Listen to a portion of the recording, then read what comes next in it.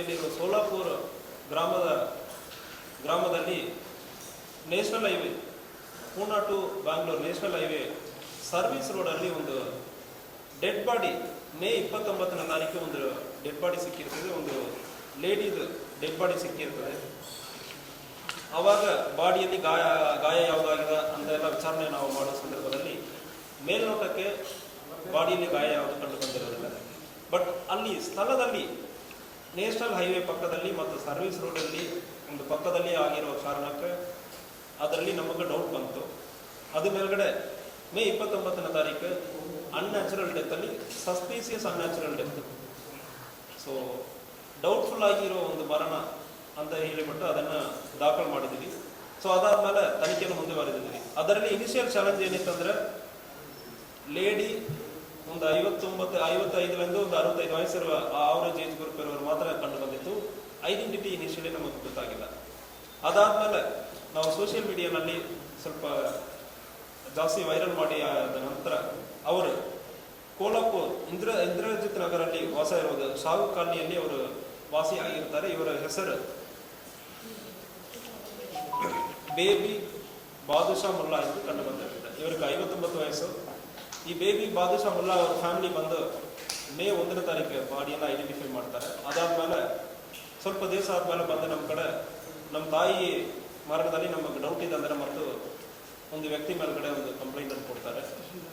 So ಅದನ್ನು ಮುಂದುವರೆದು ವಿಚಾರಣೆ ಮಾಡೋ ಸಂದರ್ಭದಲ್ಲಿ ಈ ವ್ಯಕ್ತಿ ಹಾಜಿ ಮಸ್ತಾನ್ ಮೈನುದ್ದೀನ್ 42 ವರ್ಷ, ಈ ಲೇಡಿ ಅವರಿಗೆ ಪರಿಚಯ ಇರೋ ವ್ಯಕ್ತಿ. ಈ ಲೇಡಿಗೆ ಅವ್ರಿಗೆ ಏನೋ ಸಂಬಂಧ ಅಂದರೆ ಈ ಲೇಡಿ ಅವರು ಸುಮಾರು 1.5 ಲಕ್ಷ ಈ ವ್ಯಕ್ತಿಗೆ ಹಾಜಿ ಮಸ್ತಾನ್ ಎಂಬ ವ್ಯಕ್ತಿಗೆ ಕೊಟ್ಟಿರ್ತಾರೆ. ದುಡ್ಡು ತಗೊಂಡಾದ್ಮೇಲೆ ವಾಪಸ್ ಕೊಟ್ಟಿಲ್ಲ. ಪದೇ ಇವರು ಹೇಳುವ ಸಂದರ್ಭದಲ್ಲಿ ಅದರ್ವೈಸ್ ಅವ್ರಿಗೆ ಯಾವುದೇ ಒಂದು ಸಹಕಾರ ಮಾಡಬೇಕಂದ್ರೆ ಇಲ್ಲಿಂದ ಒಂದು ಕಡೆಯಿಂದ ಯಾವುದೋ ಊರಿಗೆ ಹೋಗಬೇಕು ಅಂತ ಎಮರ್ಜೆನ್ಸಿಯಲ್ಲಿ ಇವರು ಕರ್ಕೊಂಡು ಹೋಗೋದೆಲ್ಲ ಇತ್ತು. ಈ ಸಂದರ್ಭದಲ್ಲಿ ಮೇ ತಿಂಗಳಲ್ಲಿ ಮೇ 28ನೇ ತಾರೀಕು ಸೋಲಾಪುರದಿಂದ ಒಂದು ಬೇರೆ ಕಡೆ ಹೋಗಿ ಬರೋಣ ಅಂದ್ರೆ ಈ ಲೇಡಿ ಕರೆಯುವ ಸಂದರ್ಭದಲ್ಲಿ ಲೋಕಾಪುರಕ್ಕೆ ಹೋಗಿ ಬರೋಣ ಅಂದ್ರೆ ಕರೆಯುವ ಸಂದರ್ಭದಲ್ಲಿ ಅಲ್ಲಿಂದ ಒಂದು ಗಾಡಿಯಲ್ಲಿ ಇಬ್ಬರು ಬರ್ತಾರೆ. ಬರೋ ಸಂದರ್ಭದಲ್ಲಿ ನೀರಿನ ಬಾಟ್ಲಲ್ಲಿ ಪಾಯ್ಸನ್ ಅನ್ನು ಮಿಕ್ಸ್ ಮಾಡಿ ಕೊಟ್ಟಿರ್ತಾನೆ.